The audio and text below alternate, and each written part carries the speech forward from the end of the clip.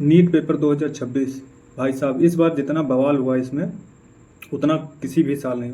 हजारों हजारों बार paper leak हुआ, हजारों बार विवाद हुआ, पर ऐसा विवाद पहले कभी नहीं हुआ। ये विवाद हुआ क्यों? क्योंकि इसमें घी भी था, आग भी थी। एक सारा मुद्दा शुरू हुआ एक बयान से, सीजीआई के बयान से। सूर्यकांत नाम है उनका। सुप्रीम कोर्ट के एक सीजीआई के बयान से शुरू हुआ कि सभी छात्रों बच्चों को, सभी पिटिशनर को जो सुप्रीम कोर्ट में पिटीशन फाइल करते हैं उन्हें, उन्होंने एक कड़वा सा शब्द बोल दिया, कॉकरोच। और वहीं पर किसी बच्चे ने कॉकरोच जनता पार्टी का पेज बना दिया। वो पेज इतना वायरल हुआ कि उसमें रातों रात मिलियन में फॉलोअर गए। तो मेन मुद्दा क्या है? जो जनता भड़की, वो भड़की नीट पेपर, उन्हें जो मुद्दा मिला शुरू में वो नीट पेपर का मिला। तो नीट पेपर 2026, इसमें छात्रों का गुस्सा, पुलिस की कार्रवाई और बहुत से सवाल उठे इसमें। इसमें लगातार पेपर लीक, परीक्षा प्रणाली में भरोसा खत्म, जवाबदेही तय नहीं थी किसी की, शिक्षा मंत्री के इस्तीफे की मांग उठी, परीक्षा में सुधार की मांग उठी। ये आंदोलन धीरे धीरे देशव्यापी हो गया। हजारों छात्र दिल्ली पहुंचे। दिल्ली से संसद मार्ग की ओर जाने वाले रास्तों पर भारी बैरिकेडिंग की गई पुलिस द्वारा। और इसमें टकराव हुआ, बल प्रयोग हुआ, छात्रों के आरोप लगे, पुलिस भी आरोप लगा रही। जो टकराव हुआ, छात्र आगे बढ़ने की कोशिश कर रहे थे संसद मार्ग पर, तो उन्हें रोकने का प्रयास किया गया। स्थिति बहुत ही तनावपूर्ण हो चुकी थी। इसमें बल प्रयोग हुआ। समाचार रिपोर्टों की माने तो इसमें लाठीचार्ज, आंसू गैस, टीयर गैस जिसे बोलते हैं, और भीड़ नियंत्रण के अन्य उपाय। इसमें कई जगह पर, जैसे बिहार में छात्रों ने टीयर गैस फेस की और पुलिस वालों ने लाठियां चलाई और AK-47 तक चला दी छात्रों पर। वहीं दिल्ली में प्रोटेस्ट हुआ, लाठियों में कीलें प्राप्त हुई और टीयर गैस चली। पटना में वाटर कैनन भी चली और कई अन्य जगहों पर इसी तरीके के प्रोटेस्ट हुए। दिल्ली में जो प्रोटेस्ट हुआ उसमें सादी वर्दी में भी थे। कुछ लोगों ने बताया कि पुलिस के द्वारा बुलाए गए गुंडे भी थे उसमें। और छात्रों का आरोप है आवश्यकता से अधिक बल प्रयोग हुआ।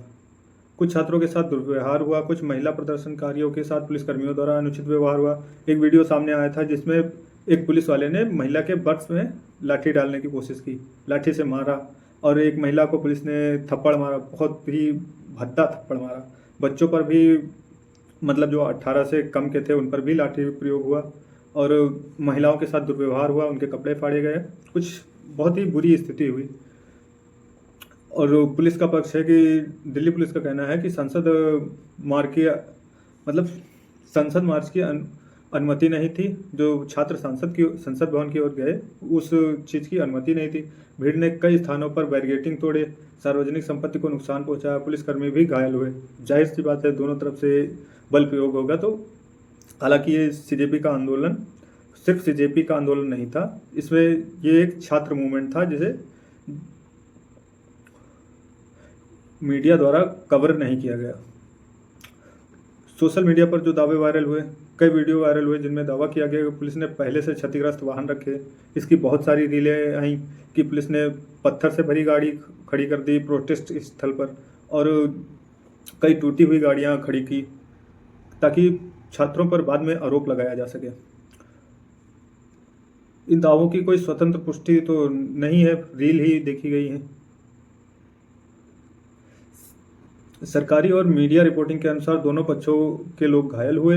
कुछ घायलों का अस्पताल में इलाज हुआ। इसमें एक गन होती है जिसमें से छर्रे निकलते हैं, उसका मुझे नाम नहीं ध्यान आ रहा, वो भी इस्तेमाल की, जो काफ़ी कश्मीर में बहुत ज़्यादा इस्तेमाल हुई।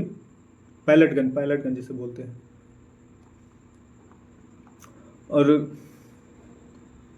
इसमें मानव अधिकार का जो सवाल है, NHRC में शिकायत दायर की गई। शिकायत में पुलिस की कथित बर्बरता और महिला प्रदर्शनकारियों के साथ कथित दुर्व्यवहार की जांच की मांग की गई। सरकार का पक्ष है कि परीक्षा प्रणाली में सुधार किए जा रहे हैं, प्रदर्शन समाप्त कर संवाद किए जाए। हालांकि प्रदर्शनकारी इससे संतुष्ट नहीं थे।